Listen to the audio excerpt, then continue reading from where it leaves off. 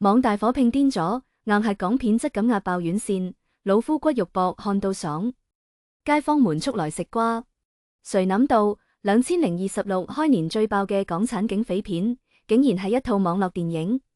火拼一上線直接殺瘋，2個鐘就衝上愛奇藝飆升榜第一，全網觀眾齊齊刷屏。終於等到正宗港式警匪片，呢個質感簡直可以令好多院線電影汗顏。誰懂啊？呢幾年大家都喺度慨嘆港片沒落，除咗怒火重案、九龍城寨，再都睇唔到像樣嘅警匪動作片。但火拼直接打破偏見，冇流量明星，冇高成本，正靠硬核動作同老夫骨發力，由頭打到尾，全程冇尿點。睇完淨想講一句：爺青回。講真，火拼嘅開場直接王炸。香港九龍區一間金鋪，一聲槍響震碎玻璃，3個劫匪閃電闖入，分工清晰，唔浪費1秒。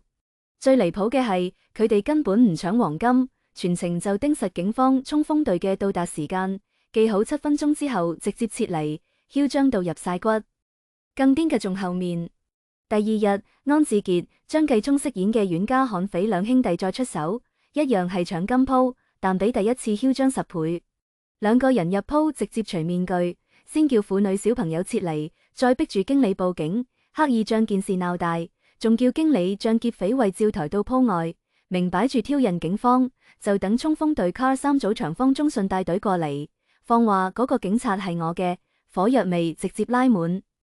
衝鋒隊一到，2個人即時開火，子彈瘋狂掃射衝鋒車，現場槍火橫飛。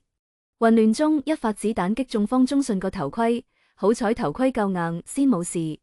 後尾支援到咗，警方重重包圍，但阮家兩兄弟一啲都唔驚，飛身跳上車頂瘋狂掃射，仲擊中警車油缸，引發爆炸，借住混亂退入商場走甩。呢場鬧市槍戰比怒火重案仲要炸裂。本來以為呢只係一套普普通通嘅網大，點知一開場就咁拍，日出屏幕嘅港片質感，1秒拉反港片黃金年代。而且呢個陣容講係港片熟面孔大集合一啲都唔誇張，方中信、呂良偉、張繼聰、安志傑、陳家樂、展家樂，個個都係能打能演嘅老夫骨，淨睇陣容就穩陣。要知道上一次睇到咁過癮嘅港片街頭槍戰場面，仲係怒火重案入面甄子丹同謝霆鋒嘅對決。而家火拼直接接棒，109分鐘時長，硬係塞咗6場動作戲，每一場都有亮點，其中3場核心大戰更是睇到人血脈沸騰，爽感直接拉滿。第一場核心大戰就係居民樓內巷戰，堪稱狹小空間對決嘅天花板。阮家3兄弟搶完嘢，綁咗警方臥底做人質準備走甩，方中信帶隊提前埋伏，本來想甕中捉鱉，點知意外暴露，雙方直接火拼。安志傑壓住人質且戰且退，利用樓道地形同人質牽制警方，為咗走甩，竟然將人質綁喺欄杆上面推落去，吸引注意力之後趁機走甩。方中信開車追擊，混亂中誤殺阮家老三，剩低嘅2兄弟徹底瘋魔，逼方中信放下槍，仲一槍打死臥底。復仇之戰直接拉開序幕，睇到人手心出汗。第2場就係九龍鬧市槍戰，亦都係全片最炸裂嘅名場面。阮家2兄弟為咗同老三復仇，專門盯實方中信嘅衝鋒隊，喺油尖旺地區連環搶珠寶鋪，刻意暴露行蹤挑釁警方。呢場槍戰劇組真係咁拍，實景拍攝唔講，仲爆破咗20幾台車，子彈呼嘯，爆炸轟鳴，鏡頭切換超帶感，貓鼠互換攻防，港片嘅暴力美學直接拉滿。第3場終極大戰更是將爽感拉到頂峰。阮家2兄弟不單只要向警方復仇，仲要找呂良偉飾演嘅黑社會大佬甘叔復仇，奪翻被佢侵吞嘅白玉觀音。安志傑假意投誠甘叔，等到白玉觀音拍賣嘅時候突然反水，3方勢力齊聚拍賣場，直接展開連環廝殺。呢場大戰全程近身肉搏，安志傑為咗掩護張繼聰，被砸傷一隻腳，但依然用殘腳血戰到底。佢同動作好手張蚊傑對決，拳拳到肉，招式利落，簡直堪比怒火重案入面甄子丹同謝霆鋒嘅名場面。另一邊方中信同張繼聰生死對決，招招致命， 62歲嘅方中信全程親身上陣，肉搏夫一啲都唔敷衍，敬業程度直接拉滿。講真，火拼可以咁爆，除咗高能動作，更離唔開呢班老夫骨嘅神仙演繹，尤其係安志傑同張繼聰，簡直顛覆所有人嘅認知。安志傑呢幾年喺內娛網大入面，大多演特警、孤膽英雄呢類正面角色，今次重歸港片演悍匪，直接驚豔全場。佢像阮卓武嘅狠辣同矛盾演得淋漓盡致，對戰警方嘅時候下手狠辣，但私下又知道兄弟幾人遲早出事，想勸大佬收斂卻礙於親情，最後困獸猶鬥嘅樣子，滿是悲劇感。睇完直接被圈粉，好多人呼籲佢快手返歸港片院線。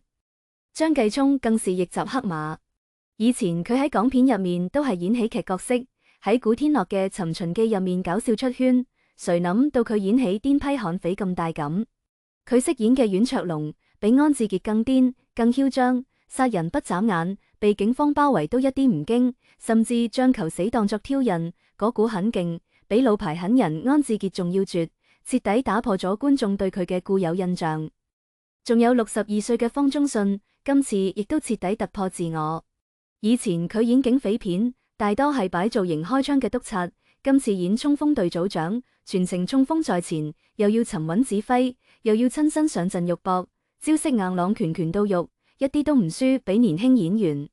尤其係回憶戰友犧牲嘅片段，幾秒鐘入面切換多種情緒，實力派演技直接封神。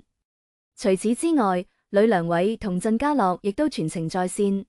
呂良偉飾演嘅黑社會大佬甘肅，狡猾狠辣，一句台詞就將人拉返港片黃金年代。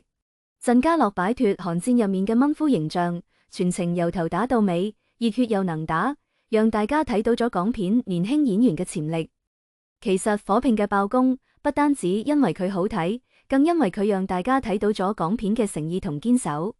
呢幾年港片沒落，不單止因為好作品越來越少，更因為老夫骨逐漸老去。安志傑48歲，張繼聰46歲，最年輕嘅鄭家樂都40歲咗。港片演員斷層嘅問題越來越明顯，但火拼用實際行動證明港片依然能打。佢冇多餘嘅蚊夫，冇狗血嘅感情線，全程聚焦警匪對決、街頭槍戰、車輛爆破、近身肉搏，每一個元素都係正宗港片味。主演們親身上陣，唔找替身，唔敷衍，用花小錢辦大事嘅誠意，贏咗觀眾嘅認可。有人話火拼都有缺點。敘事太直白，人物塑造唔夠細膩，但喺佢嘅亮點面前，呢啲缺點根本不值一提。呢套片入面藏住導演對港片黃金年代嘅致敬，藏住老夫骨對港片嘅堅守，亦都藏住港片不服輸嘅拼勁。講到底，火拼拼嘅從來不單止係動作場面，更是港片嘅尊嚴。方中信呢類老夫骨拼嘅係敬業同堅守，安志傑、張繼聰拼嘅係突破同實力。而沒落嘅港片拼嘅係一份重新崛起嘅希望。不得不講，火拼真係為港片爭翻口氣。佢用一套網大嘅體量，拍出咗院線大片嘅質感，打破咗港片沒落嘅論調，亦都讓大家重新睇到咗港式警匪片嘅魅力。